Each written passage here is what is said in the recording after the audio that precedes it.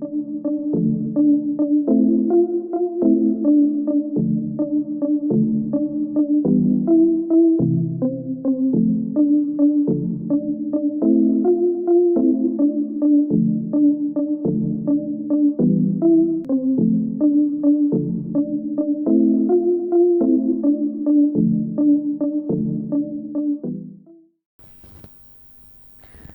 everyone, so we are now into the week 10 of this course. Now in this week we will start talking about the actual methods by which you fine tune these large language models. You see, I mean, they are so huge, they will not fit in your normal GPU servers if you do not apply some interesting methods by which you can fine tune these. And that's where we come to parameter efficient ways of working with these models. So in this lecture and the next, we'll focus on parameter efficient fine tuning methods, right? So what we will do in this lecture, so how do you go from fine tuning to parameter efficient fine tuning? What is the need for that? We will talk about two different perspectives of parameter efficient fine tuning. One is a functional perspective and second is an input perspective. And the third perspective, the parameter perspective, is what we will start in the next lecture. In doing that, we'll talk about adapters and prefix tuning, and this prefix tuning is very similar to the last topic we did in the week 9, that is prompt tuning. That's very similar to that. Okay, so yeah, I mean, the last week was devoted to prompt based learning, but what are the downsides of prompt based learning? So first of all, every time you have to make a prediction, you have to process the entire prompt, and sometimes, I mean, prompt may have instructions and everything. So I mean, they may be very, very long. So yeah, I mean, you need to process it every time the model makes a prediction, and that may be inefficient because all of these tokens have to be processed, and you have to have key values and all those computed for each, and this adds up to the latency, right? And we have seen that if you simply use prompting, generally it performs worse than full fine tuning, right? Worse than fine tuning. So I mean, then the question comes, can we do something closer to fine tuning, right? Of course, there are sensitivity to the wording of the prompt, order of examples. We saw we can change the order of examples and the performance varies. And I mean, yeah, I mean, there is, while we discussed like why this works, there is still lack of clarity of what the model learns from the prompt. I mean, and we saw this particular paper where it says that even random labels work quite well. So yeah, I mean, while prompt based learning is good, it still does not perform as good as full fine tuning. So so what are the other ways we can come closer to full fine tuning without actually doing that much full fine tuning, right? So so the problem is with large language models, it becomes nearly impractical. Like GPT-3 would have 175 billion parameters. Now full fine tuning of GPT-3 is nearly impractical, right? And the reason is that as you see more models around GPT-3 and so on, they are massively over parameterized, right? And parameter efficient fine tuning, this matches the performance of, which has been seen empirically, that even if you use parameter efficient fine tuning, it can match the performance of full fine tuning in many of the cases. So rather than fine tuning for every different task, these models, can we talk about parameter efficient fine tuning for this, right? And you saw the example from prompt tuning, right? This was also, we were doing fine tuning there in prompt tuning, and we could match the performance at a very large scale of model with very small number of tunable parameters compared to what you would do in a normal 11 billion setup, right? So that's the motivation for this, that how do I do parameter efficient fine tuning? So the task is that I still have a large language model, right? I have a task at my hand. So I want to see how do you tune parameters effectively, right? You only tune some of these parameters so that you can still achieve a very good performance, right? So like rather than full fine tuning of updating all parameters of the model, I learn how to take a small subset of model parameters, or like something that resembles a small subset of model parameters, and simply update that, right? So update a small subset of model parameters only is the idea, right, that we will change after. Okay. Now there are different perspectives by which you can think about this parameter efficient fine tuning. You can take a functional perspective, like So I have a model. I want to make it. I want to add a functionality so that it can start working for, say, text classification. It starts working for sequence labeling. It starts working for, say, financial domain, certain thing, right? So think about adding some functionality to that, and that you can do by adding some extra parameters. So you will add some extra parameters, so that will adapt the model to certain functionality, and this is what you will see. We'll call them adapters. You can have an input perspective where you can say, okay, I will add something to the model as an input so that it can be tuned specific to the task. So this is like prompt tuning will be like one way of doing this. We added something in the input, but you will see more general prefix tuning here. And then finally the parameter perspective, that okay, I'm fine tuning, and let's say I have to update all my parameters, but how can I do it more efficiently? Right, so that's where the parameter perspective will come. We'll talk about methods like low rank adaptation and so on, right? And this. Okay, so let's start with the functional perspective, right? What is the idea? So you say, let's say you have a model that does has certain functionality. Now I want to augment it with some additional functions, right? So like doing classification, financial domain classification, doing medical NER detection.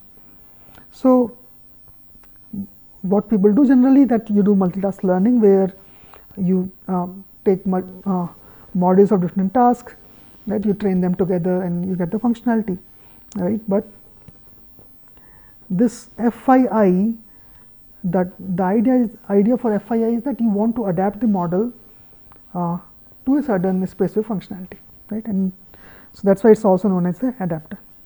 So what is the idea? Like now going back, I want to adapt it while tuning only a very small number of parameters. So what was the idea of adapters that was proposed in 2019 is that, okay, why don't I insert some function in between the transformer, right, layers? So and they say I'll keep everything else frozen, and I'll only update that function for a new task, right? So for every task I can remove this function and add a new function and train it for a new task. So I'll have one function for classification, one function for sequence labeling, one function for summarization. So I can have and I can just tune these functions, right? And they can be very small number of parameters.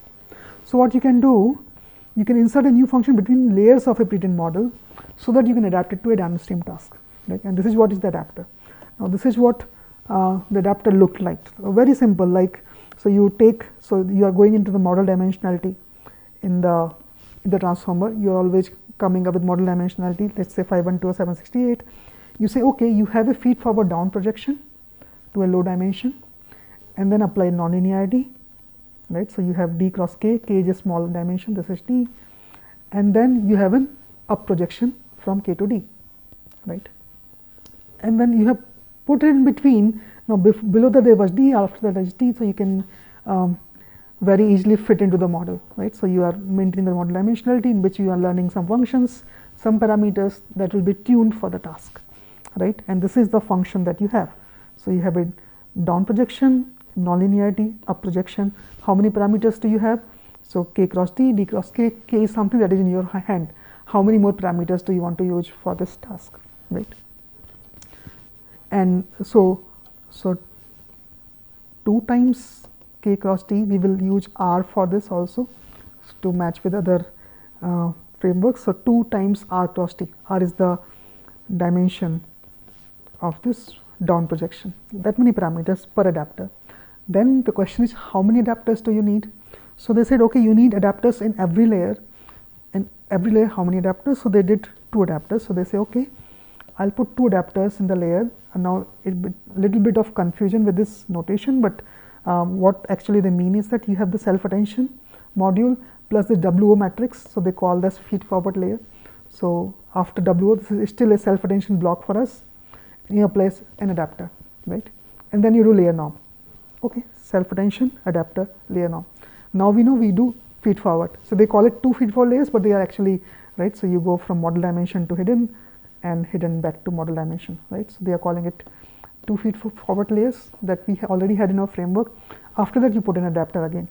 So you have 2 adapters per layer, and you do layer norm after that, right? So that means you have 2 times r cross d parameters and 2 per layer, and this multiplied with the number of layers is the number of additional parameters that you are introducing for the adapter, right? So feed forward down projection r cross d model plus r, so there will also be bias term that I didn't count previously, up projection d model cross r plus d model. So for L layers, so there will be 2L adapters, so 2L cross this, right? So that many additional parameters do you need for the adapters. And how is the performance? So they tried, so you see you have this glue benchmark that has 9 different tasks, right? Now if you want to use a bird large model, for this you have to fine tune it separately for each task. So you will have 9 times, there are 9 tasks, so 9 times the parameters of bird large model, that many parameters you need, right? You have to train all the 100% parameters per task. With adapters, what I can do, I can just use very small number of parameters. So this is just 256. So you can see even with up to 256, this r is equal to 256, right? The downsampling, I mean down projection, you have just 1.3 times more parameters than the bird large, and for every task you just train 3.6% of the parameters compared to 100% parameters by 256 downsampling, and the performance on an average was very close to the overall performance. So this is the parameter efficient fine tuning scenario, that you train only 3.6% parameters per task and you get roughly the same performance. And they also tried reducing it further, but the performance slightly degraded, right? So using only 1.3 times parameters in total compared to 9 times parameter, you get roughly same performance, right? And they say, okay, in adapters, even if you increase the number of parameters, it does not improve so much. So that means with a small number of parameters, you can right, you can get a quite good performance already, right? And that is very, very interesting. While full fine tuning, you need to have more tunnel parameters to get higher and higher accuracy. Now this was a sequential adapter. You can also put adapters in parallel, that is, right, I have an input, I do self attention, I have a parallel adapter. So I have this hidden state, I do self attention on that, I can also do this adapter, right, in parallel, right? So and then you use the self attention plus this parallel adapter, together you get the layer normalization. So this was another paper where they used parallel adapters rather than using series adapter. Okay. And you see the adapter function is very similar. You have 2 matrices, one for downsampling, another was for, down projection, another is for up projection. Now if you want to look at in terms of various attributes, it's parameter efficient. Of course, the number of parameters depend on the hidden size, what is your downsampling size. It does not require gradients of the frozen parameters, so only these parameters are trained, so it's actually parameter efficient in fine tuning. It has one bottleneck though, that is inference time. You have the original transformer or BERT parameters plus you have the adapter parameters.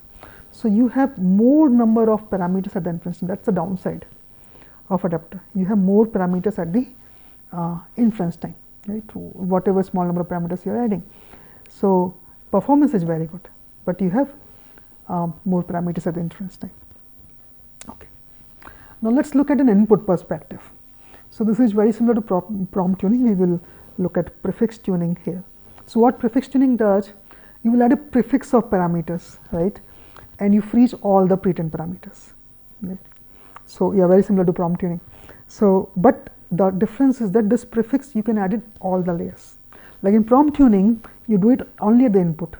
So if you go from layer, the embedding layer, so you will get the, say you have the learnable prompt, soft prompt, but then your normal query key value matrix. So this is your layer 0. Layer 1, it will compute, right? These are not learnable. These are, these are computed directly. These are functions. They are computed directly.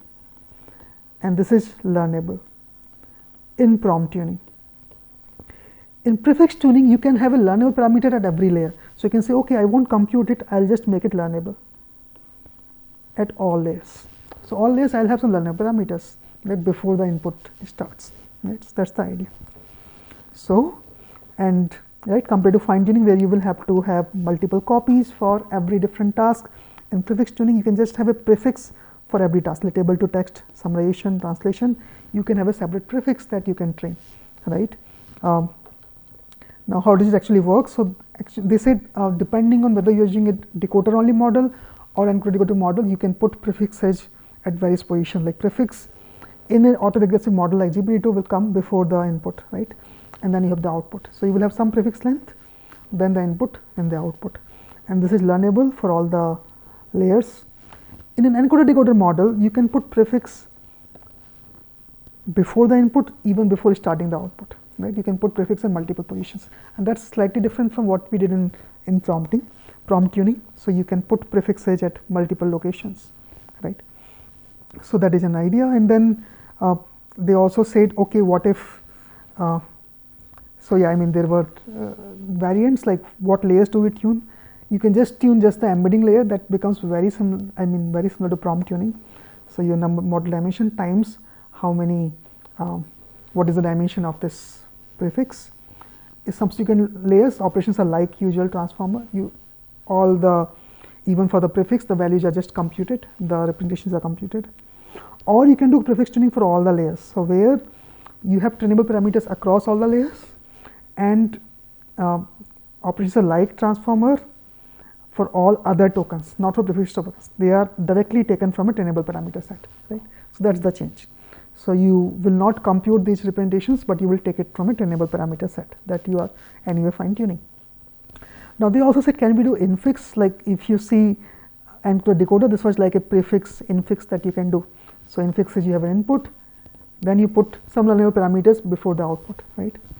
Now the problem with this is that if you're using a decoder only model and you are not using prefix token, just infix tokens, remember what is the problem with this?